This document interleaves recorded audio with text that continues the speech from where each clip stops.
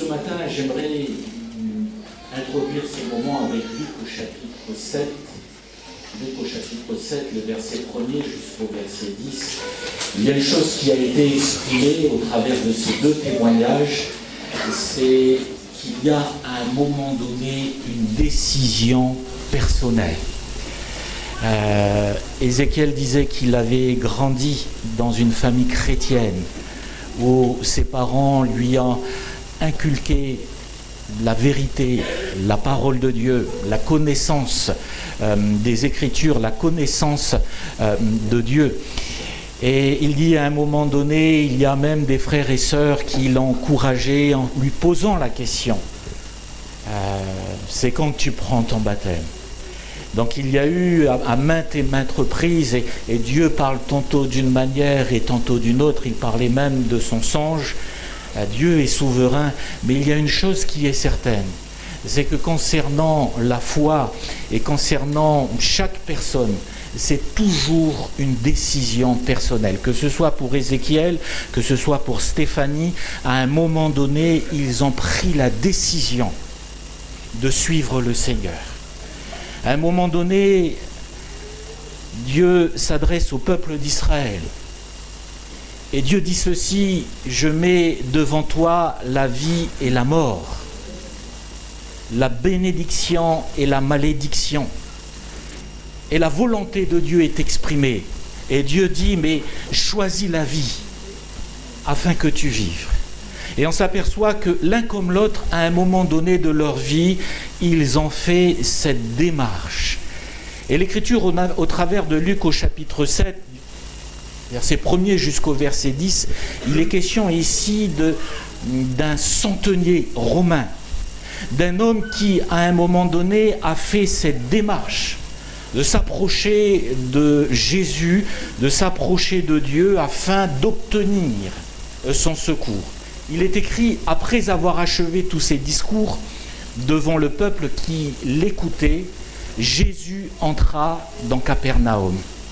Un centenier avait un serviteur auquel il était très attaché et qui se trouvait malade sur le point de mourir.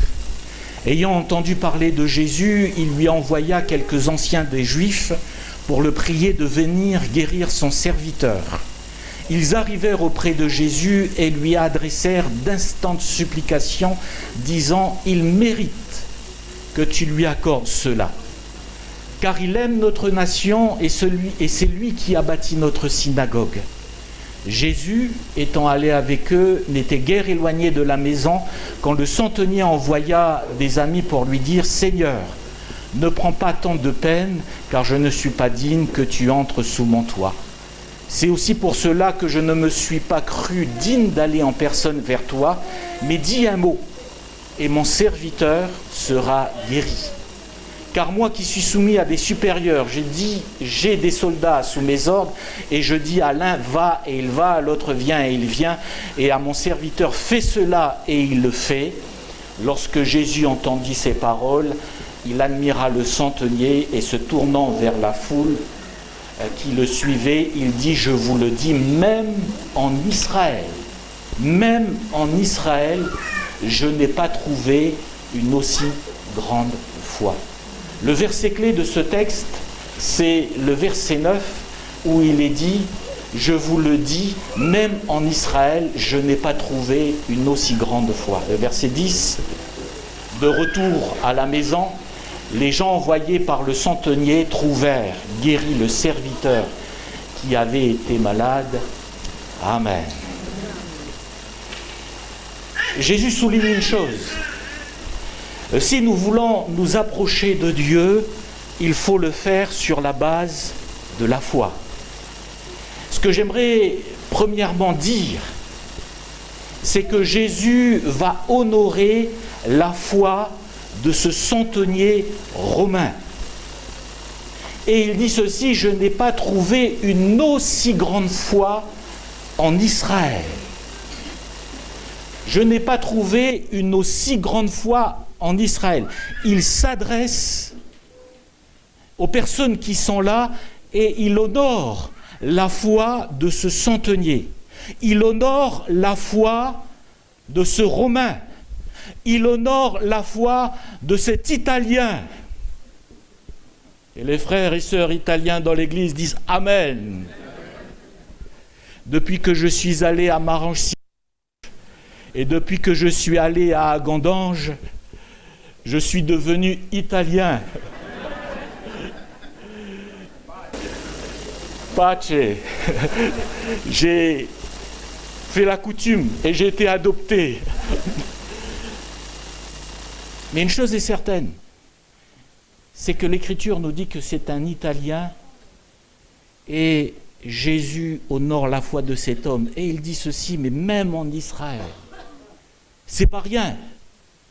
Parce que Israël, c'est le peuple de Dieu. C'est pas rien. Parce que Israël, c'est sa nation. Et Jésus, ici, montre une chose, c'est que lorsqu'il met en valeur la foi de cet homme, c'est que Jésus exprime que Dieu ne fait exception de personne. Quand Dieu est venu vers Abraham, il a fait une alliance avec lui. Et Dieu a dit à Abraham, je ferai de toi une grande nation. Et cette nation, c'est Israël. Et quand Dieu va s'adresser à Israël, il va dire ceci, je serai ton Dieu et tu seras mon peuple. C'est le peuple de Dieu. Et à un moment donné, quand Jésus va s'adresser à cette femme samaritaine, elle va dire ceci, mais vous les Juifs, vous dites qu'il faut aller à Jérusalem pour aller adorer Dieu. Mais nos pères nous ont toujours dit qu'il faut aller au mont Garizim pour adorer l'Éternel. Et Jésus de dire ceci, mais Dieu est esprit et il faut que ceux qui l'adorent en esprit et en vérité. Et il va dire à cette femme, mais il faut que tu comprennes une chose, c'est que le salut vient des Juifs. Pourquoi le salut vient des Juifs? Parce que quand Dieu s'est choisi le peuple d'Israël, il s'est choisi ce peuple pour faire connaître son nom à toutes les nations. Il s'est choisi ce peuple pour que le Fils de Dieu, le Sauveur, vienne sur cette terre. Et c'est pour cela que Jésus, à un moment donné, a dit « Mais le salut vient des Juifs. » Parce que le salut est venu par Jésus. Dieu s'est choisi cette nation. Et le prophète Ésaïe, des siècles avant, le prophète Michée, des siècles avant, dans Michée au chapitre 5 et le verset 2, il dit ceci et il prophétise sur Bethléem. Et il dit, mais et toi Bethléem, Ephrata, petite entre les milliers de Juda, de toi sortira pour moi celui qui conduira, celui qui dominera, celui qui sera au-dessus de tout. Et cette personne, c'est la personne de Jésus. Et si Dieu s'est choisi un peuple, quand il est question du salut, nous sommes tous logés sous la même enseigne. C'est-à-dire que Dieu ne fait exception de personne. Il a été touché par la foi de ce centenier. Mais on s'aperçoit que l'amour de Dieu n'est pas seulement pour le peuple d'Israël, mais pour tous les hommes. Et pour tous les hommes, c'est pour nous aussi aujourd'hui. Pour tous les hommes, c'est pour ceux qui sont à Thionville. Pour tous les hommes, c'est pour Stéphanie qui vient du Nigeria. C'est aussi pour Ézéchiel qui est ici. Mais comme il disait, j'ai passé mon enfance au Congo. Nul besoin de vous parler de la Nouvelle-Calédonie. On a compris. Dieu sauve tous les hommes. Et ce centenier est là pour nous rappeler une chose. C'est que l'amour de Dieu, c'est pour tous. Et quel privilège pour nous de savoir que Dieu est là pour sauver chacun d'entre nous. Le centenier, lorsqu'il va s'approcher de Jésus, il va rentrer dans toute une démarche qui est noble, parce que cela vient d'un cœur sincère. Et quand il veut rencontrer Jésus, il est conscient que Jésus, ce n'est pas seulement un simple homme. Il sait que Jésus, c'est un homme de Dieu. Il sait que Jésus, c'est l'envoyé de Dieu. Et quand il est dans cette démarche, lui-même dit, mais je ne suis pas digne. Je ne suis pas digne. Et le réflexe qu'il a, c'est d'envoyer les anciens d'Israël. Les anciens d'Israël, c'est cette autorité politique, mais aussi spirituelle. C'est cette autorité qui est là concernant le peuple d'Israël. Et il dit, mais moi je ne suis pas digne. Et c'est un militaire qui parle. Et il dit, mais j'enverrai. Et il envoie les anciens, ceux qui ont cette autorité spirituelle. Et notez une chose, c'est que lorsque ces anciens vont venir et ils vont plaider la cause de cet homme, Jésus, ce qu'il va mettre en avant, ce n'est pas sa démarche, là, mais ce qu'il va mettre en avant, c'est sa foi. Et je pense, comme il a été évoqué à un moment donné, c'est que nous avons tous les uns et les autres à un moment donné fait cette démarche, pour certains du moins, de s'approcher de Dieu. Et nous avons tous les uns et les autres un arrière-plan, un passé. Peut-être nous avons eu une éducation chrétienne, peut-être nous avons notre religion, peut-être nous sommes sans religion, mais il y a cette démarche. Mais ici, lui, dit, il faut passer par les anciens. On dit souvent, mais tous les chemins mènent à Rome. Et par cela, on pense que tous les chemins mènent à Dieu. Mais on peut être sincère, on peut s'approcher de Dieu avec sincérité, mais on peut aussi se tromper. La Bible nous dit ceci, telle voie paraît droite à un homme. Elle peut paraître juste. Telle voie paraît droite à un homme, mais son issue peut être la mort. Et on peut être sincère dans sa démarche. Mais on peut, à un moment donné, être à côté. On peut être dans une démarche de nous approcher de Dieu et ne pas être sur le bon chemin qui nous mène à Dieu. Telle voie paraît droite. Quand Nicodème, dans Jean chapitre 3, vient à Jésus, la Bible nous dit ceci, que c'est un docteur de la loi, un homme qui a une très grande connaissance théologique, qui connaît bien la Torah, qui connaît bien la loi, qui connaît bien ces choses. Et lorsqu'il vient à Jésus, il vient pour discuter théologie. Je sais que tu es un homme de Dieu, je sais que tu es un docteur de la loi, venu de Dieu.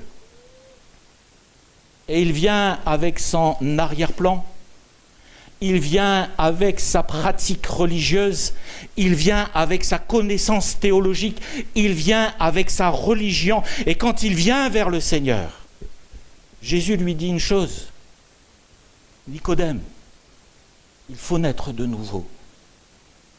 Et là, il est surpris, parce que lui veut discuter théologie, mais il est surpris parce que Jésus le ramène à l'essentiel. Le plus important, ce n'est pas pratiquer sa religion. Le plus important, ce n'est pas avoir une somme de connaissances théologiques immenses. Le plus important, et Jésus ramène à cela, c'est à un moment donné de rencontrer le Fils de Dieu, de vivre la repentance et la conversion. Et il est vrai que parfois on peut emprunter toutes sortes de chemins. Mais ce matin, j'aimerais vous dire qu'il n'y a qu'un seul chemin qui mène à Dieu. Dans Jean chapitre 14 et le verset 6, Jésus va dire « Je suis le chemin, la vérité et la vie, et nul ne vient au Père que par moi. » Celui qui nous mène à Dieu, c'est Jésus. L'auteur de l'Épître aux Hébreux nous dit ceci, autrefois, à plusieurs reprises et de différentes manières, parce que Dieu parle tantôt d'une manière et tantôt d'une autre. Dieu a parlé aux hommes par les prophètes, mais il dit, mais dans les derniers temps, Dieu a parlé par son Fils. Celui qui nous conduit à Dieu, c'est Jésus-Christ. Dans Jean chapitre 2, c'est le premier miracle de Jésus. Ils sont dans des noces dans la ville de Cana et ils sont là en train de partager la joie avec ses mariés. Et à un moment donné, la Bible nous dit ceci, que le vin vint à manquer. Ils se retrouvent ici dans une situation délicate parce que selon la coutume, c'est presque un outrage. Et quand la mère voit cela, la mère de Jésus, le réflexe c'est d'aller vers Jésus et de lui dire mais le vin manque. Et pourquoi elle fait cette démarche? Parce qu'elle est consciente que son fils a le pouvoir de régler cette situation. Elle sait très bien que son fils a le pouvoir de faire un miracle. Et là, elle vient voir Jésus en lui disant ceci, mais le vin a manqué. Il faut faire quelque chose. Et notez ce que Jésus dit lorsqu'il s'adresse à sa mère, avec tout le respect qu'il a d'un fils à une mère. Jésus va dire, mais qu'y a-t-il entre toi et moi? Tu es ma mère. Mais là, on rentre dans le ministère que Dieu m'a confié. Et là, il est en train de dire à sa mère, là, t'as pas ta place. Avec tout le respect qu'il a à l'égard de sa mère. Tu es ma mère. Mais dans ce domaine de la foi, dans ce domaine spirituel, t'as pas ta place. Parce que le seul chemin entre Dieu et les hommes, c'est Jésus-Christ. Et l'apôtre Paul, qui a combattu fortement Jésus, il était opposé à Jésus.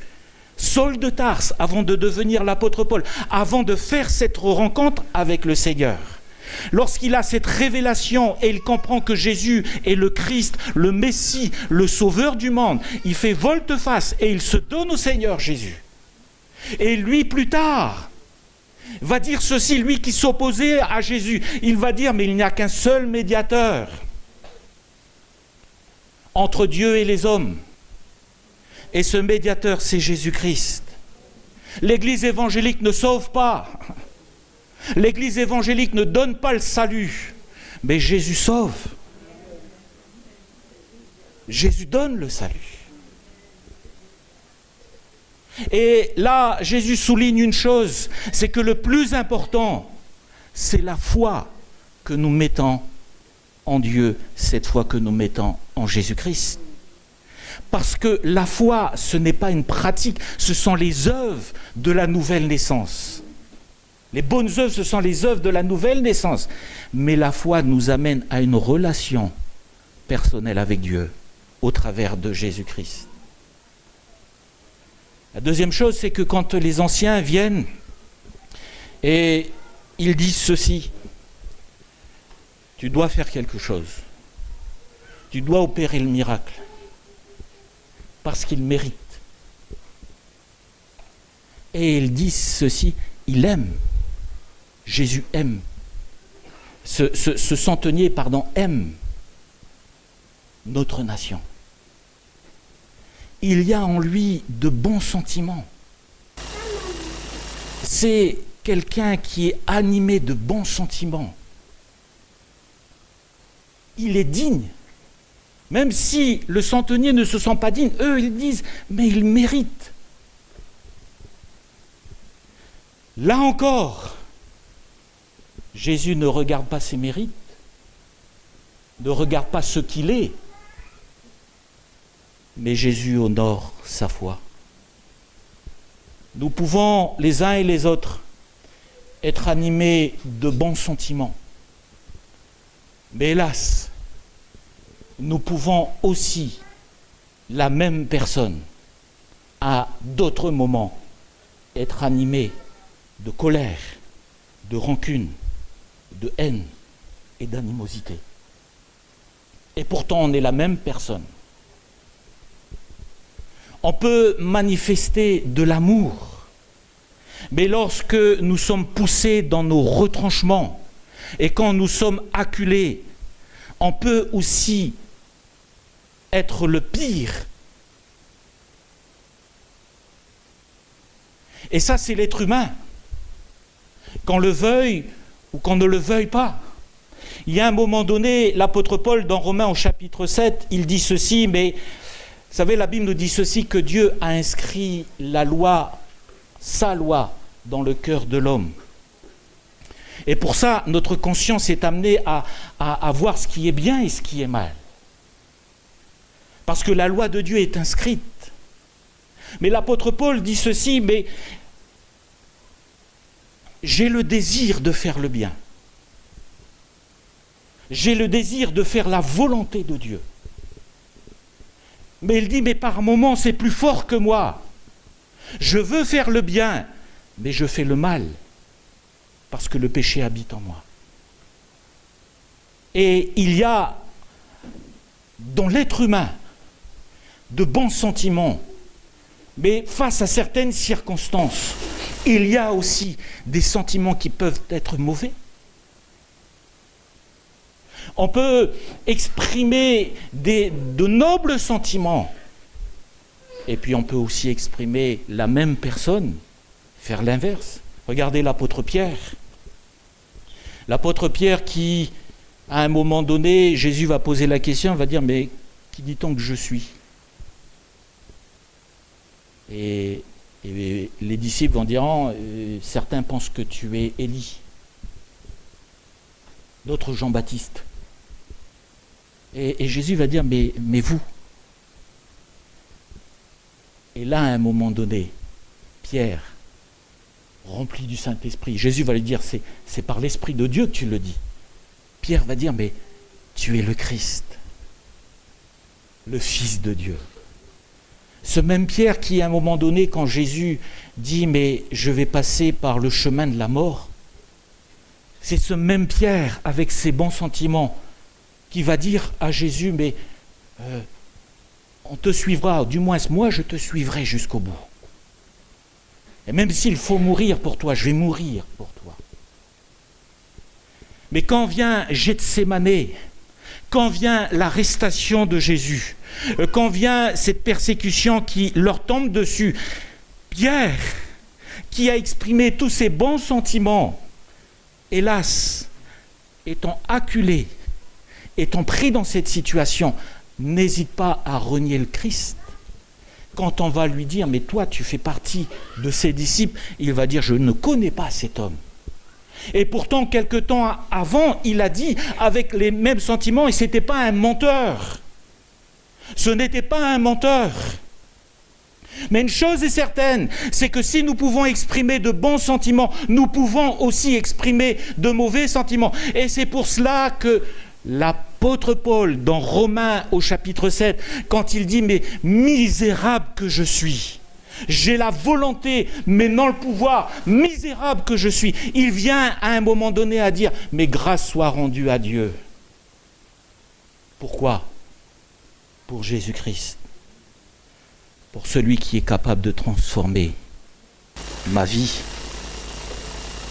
Et c'est pour ça qu'il dit dans 2 Corinthiens au chapitre 5 et le verset 17, « Si quelqu'un est en Christ, il est une nouvelle création.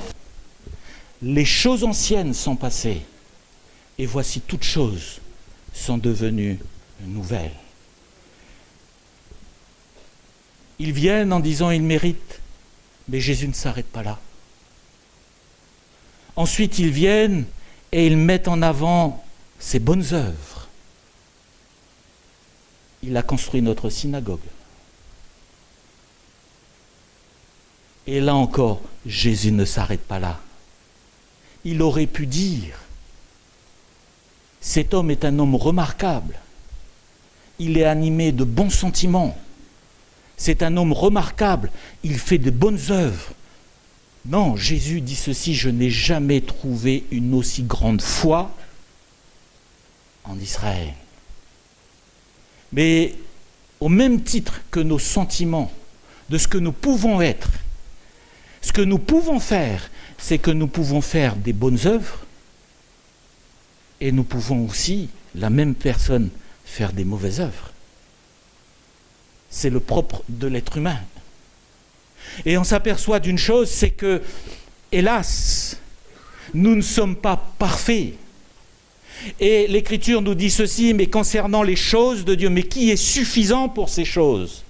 Et c'est pour ça que Dieu, dans son amour, là où l'homme a échoué par rapport à la loi, Jésus est venu et il a accompli toute la loi. Jésus est venu et il est venu pour sauver. Jésus est venu et il est venu pour pardonner. Et c'est pour cela qu'on chante, il est l'agneau de Dieu qui ôte le péché du monde. Et on arrive au point essentiel, et je vais conclure avec cela, c'est que Jésus parle de la foi. Si nous voulons nous approcher de Dieu, nous ne pouvons pas faire autrement par la foi. La foi, c'est croire. La foi, c'est mettre sa confiance, c'est croire en Dieu, c'est croire en Jésus. Mais la foi, c'est faire confiance en Dieu. La foi, ça va plus loin. C'est que cette foi-là va nous amener à nous approcher de Dieu. C'est-à-dire qu'à un moment donné, on va faire comme Ézéchiel et comme Stéphanie. À un moment donné, on prend une décision de marcher avec Dieu. Vous savez, la Bible nous dit ceci, que les démons croient que Dieu existe. Et ce n'est pas pour autant qu'ils obéissent à sa voix. Mais la foi en Dieu, c'est mettre cette confiance dans le Seigneur Jésus-Christ. Vous savez, quand vous lisez la Bible, et la Bible nous dit ceci, que la parole de Dieu, la Bible c'est la parole de Dieu, c'est un livre qui a été inspiré par le Saint-Esprit. Quand vous lisez la Bible n'est pas là pour argumenter l'existence de Dieu. La Bible est là pour affirmer que Dieu existe. Quand Dieu se révèle à nous, il n'est pas là pour expliquer ou pour argumenter son existence. Quand Dieu vient à nous, il dit qu'il est Dieu. Et quand vous lisez les Écritures, l'Écriture est là pour nous dire il est Dieu, au-dessus de tout. Et quand on prend le temps de connaître le cœur de Dieu, on s'aperçoit que Dieu est infiniment grand. À un moment donné, le roi David a à cœur de construire une maison en l'honneur de l'Éternel. Il veut construire le temple de Dieu. Et quand il veut le faire, Dieu va s'adresser à lui en disant « Mais tu es un homme de guerre, tu es un homme de sang. Et ce n'est pas toi qui vas le faire, c'est ton fils. » Et Salomon va construire le temple de Dieu. Et quand Salomon va construire le temple de Dieu, il va arriver à un moment donné, quand il va penser à cela, il va dire, mais c'est pas dire ridicule, mais c'est impensable. Parce que les cieux des cieux ne peuvent le contenir. Je vais construire un temple pour Dieu, mais les cieux des cieux ne peuvent le contenir. Et quand il est dans cette réflexion-là, il réalise la grandeur de Dieu. La Bible nous dit ceci, que le ciel est son trône et la terre son marchepied. Dieu est infiniment grand, et quand Dieu vient à nous, il ne vient pas dans le but de nous convaincre qu'il est Dieu, mais il vient et il affirme ces choses. Mais pour nous saisir cela, eh bien nous avons besoin de mettre notre confiance en Dieu. Cet homme-là, c'est ce qu'il a fait. Le centenier, à un moment donné, l'Écriture nous dit, il avait entendu parler de Jésus. Il n'avait même pas vu Jésus. Et c'est pour cela que Jésus loue sa foi. Il ne l'a pas vu. Et quand Jésus vient, il dit, mais ne viens pas chez moi. Je suis indigne. Dis seulement un mot. Il est conscient qu'il a affaire à ce Dieu grand. Tu n'as même pas besoin de venir. Tu n'as même pas besoin d'imposer les mains. Tu n'as même pas besoin d'entrer dans ma maison. Je suis indigne. Mais dis un mot. Il reconnaît sa majesté. Il reconnaît son autorité. Il reconnaît sa puissance. Il fait confiance dans le Seigneur Jésus.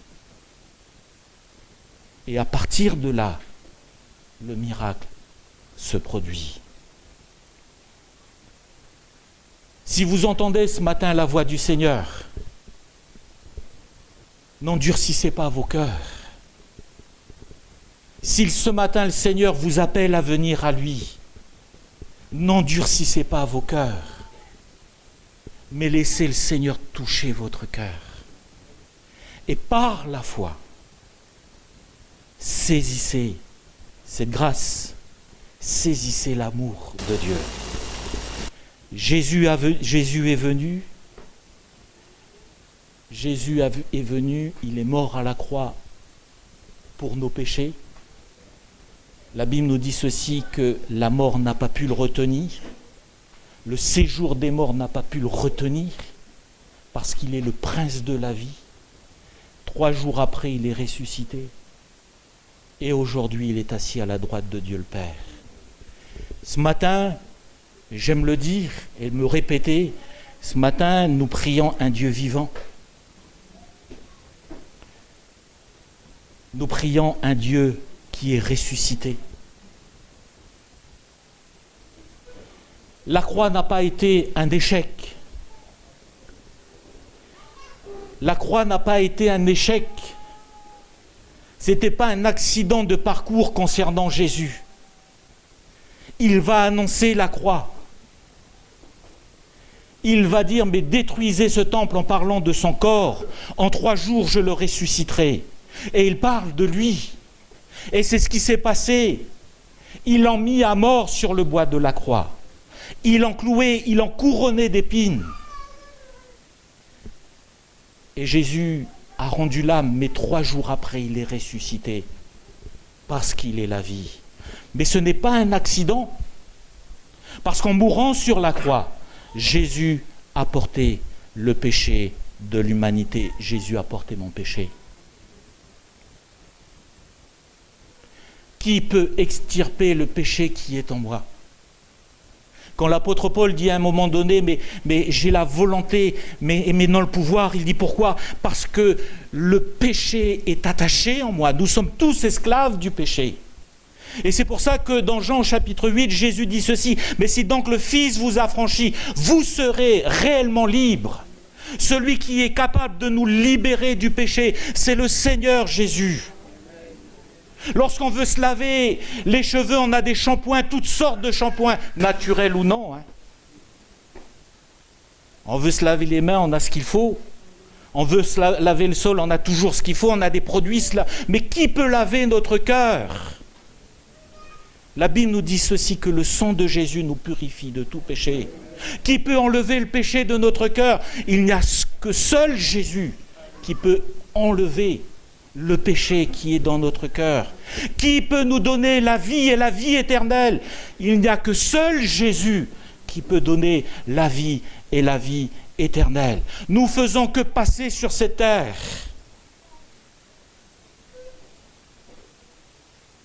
Mais Jésus est venu pour nous donner la vie éternelle.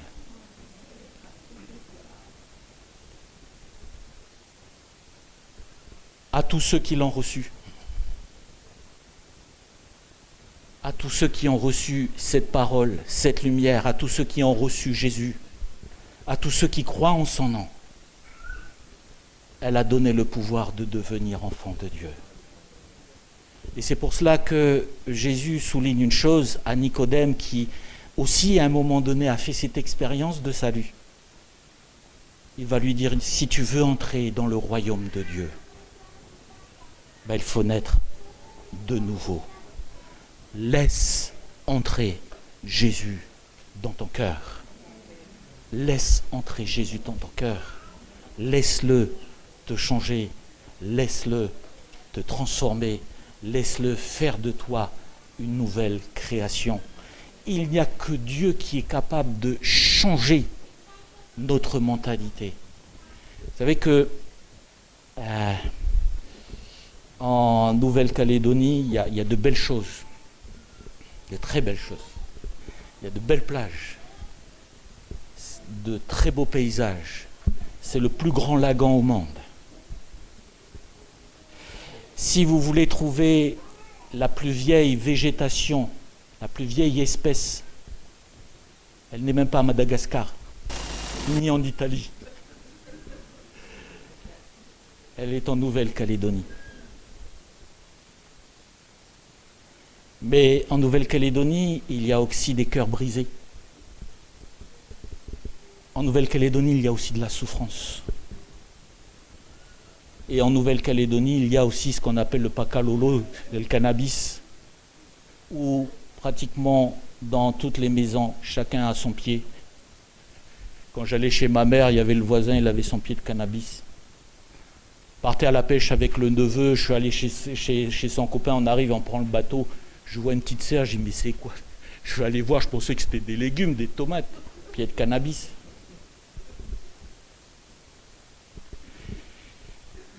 Il y a un homme, c'est un dealer. Et ce gars-là, il n'était pas dans la rue en train de distribuer, il n'était pas au niveau des clients, c'était la tête.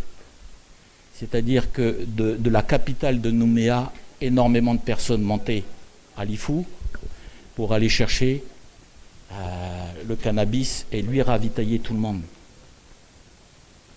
Et eux redescendaient et à partir de là, ils distribuaient, ils vendaient, etc. C'est un dealer. Ce gars-là, c'est un gars qui brasse des dizaines de milliers d'euros. Enfin, il brassait des dizaines de milliers d'euros avec cela. C'est-à-dire qu'en faisant rien, juste en distribuant, il était dans son deal, il avait 3-4 voitures, il n'avait même pas le permis de conduire. Il brassait des dizaines de milliers d'euros. Il vient à une réunion d'évangélisation. Son cœur est touché par la grâce de Dieu. Sans que l'Église lui dise rien, sans que le pasteur lui fasse un entretien, le gars, à un moment donné, dit « Mais ce que je fais, c'est pas bien ». Il prend son sabre, sa machette, il va couper tous ses pieds de cannabis. Il brûle cela. Il dit « Maintenant, j'ai donné mon cœur à Jésus ». Le gars qui est en train de dire « Je m'assois sur mes dizaines de milliers d'euros ».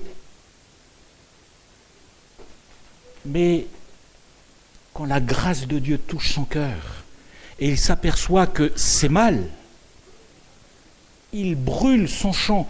Les gars reviennent pour se faire ravitailler. Il dit, moi c'est terminé tout ça. Ils ne comprennent pas les gars.